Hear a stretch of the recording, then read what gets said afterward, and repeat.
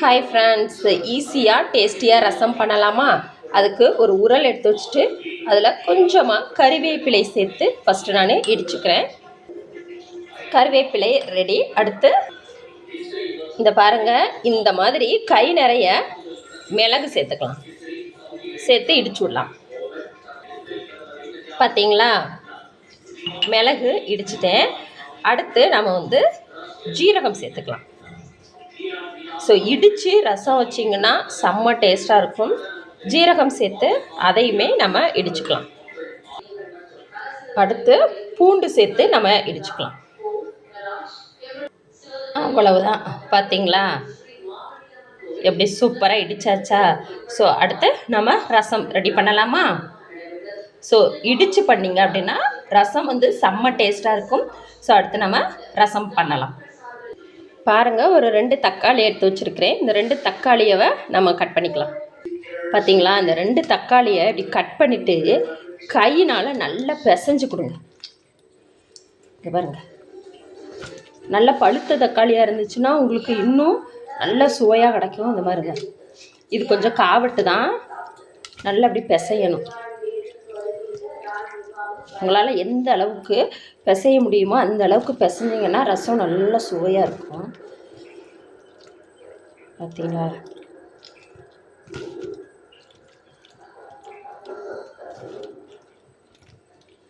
So இந்த மாதிரி பிசைஞ்சு எடுத்துக்கோங்க. ஸோ அடுத்து அடுப்பில் பாத்திரம் வச்சுட்டேன். பாத்திரம் சூடானதும் கொஞ்சமாக எண்ணெய் சேர்த்துக்கலாம். எண்ணெய் சூடாகட்டும். எண்ணெய் சூடாகிடுச்சு. கடுகு, கருவேப்பிலை, இப்போ நம்ம இடித்து வச்சுருக்கோம் இல்லையா, இதை சேர்த்துக்கலாம். அடுத்து நம்ம பிசைஞ்சு வச்சுருக்கோம் இல்லையா தக்காளி, அது கூட கொஞ்சமாக தண்ணி சேர்த்துக்கிறேன். இப்போ இதை ஒரு முறை நல்லா கலந்து விட்டுருங்க.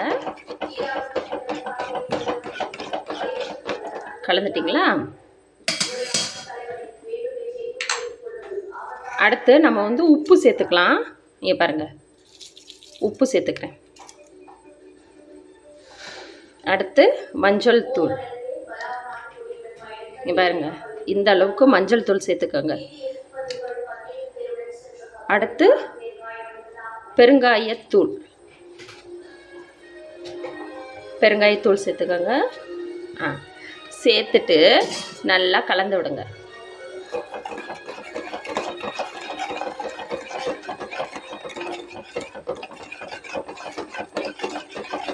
ஃபைனலாக நம்ம புளி சேர்க்க போகிறோம். ஸோ இது கொஞ்சம் நல்லா வெந்து வரட்டும், அப்போ தான் சுவையாக இருக்கும்.